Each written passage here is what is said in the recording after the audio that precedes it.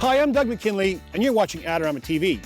Now, for today's episode, we're going to look at hyperfocal distance, what it is and why do we need it. Now, it's one of those terms in photography that tends to confuse a lot of people, but once you get your head around it, it's not all that difficult. Adorama TV presents Stay Focused with Doug McKinlay. In a nutshell, hyperfocal distance, or HFD, is a point of focus in a given frame that will render everything from half the distance of that point to infinity as acceptably sharp. Or simply put, we're trying to get the maximum depth of field from a given image.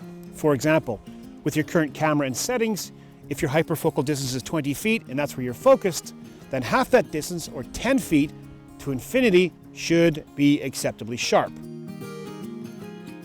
The factors that influence and change hyperfocal distance, because there's no one magic setting, are the focal length of your lens, the aperture you choose, the size of the sensor, and the distance you are from your subject. Because today I'll be using a Canon 5D Mark III, all my settings will be for full-frame sensors.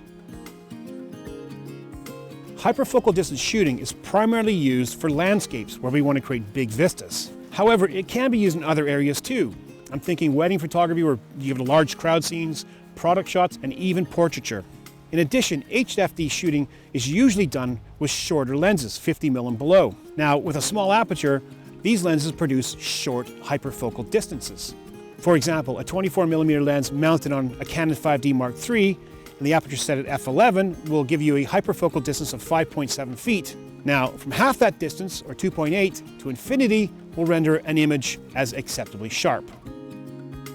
The next issue, especially for beginners, is how do I know where 5.7 feet lands in front of my camera? Now, admittedly, during film days, it was a little easier because most of the lenses back then had all the relevant information printed on the lens barrel.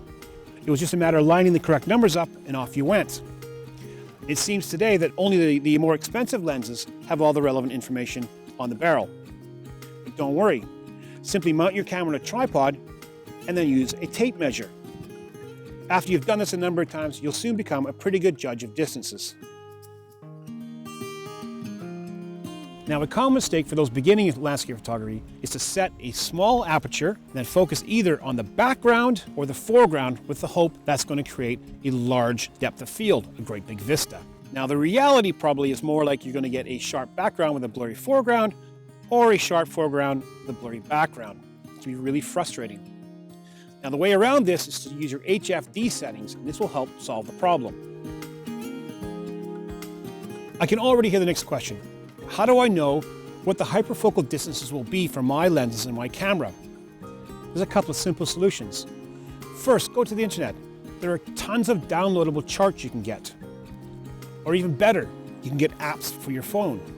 You just punch in the relevant numbers and it will give you the numbers. But keep in mind, once you've done this a number of times, you'll get to know your own lenses and your own camera and what the distances will be. And you can just dispel with this and go from memory. As an example using HFD, let's say we have a 50mm lens set at f8 mounted on a Canon 5D Mark III.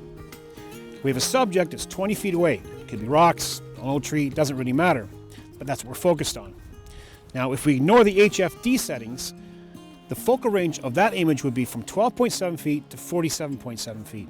Everything closer than 12.7 will be blurry, and everything after 47.7 will be blurry. But if we employ the hyperfocal distance, in this case 34.3 feet, we know that half the distance from that point, 17.15 feet, just before our subject, from there to infinity should be sharp focus, acceptably sharp focus. Now, if we use f11, we get a greater range. So you can see why using hyperfocal distances is a great tool for landscape photography.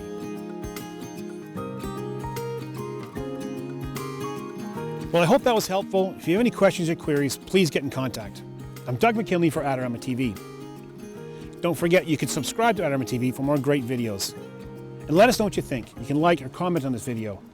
And please stop by the Adorama Learning Center for more great tips and tricks.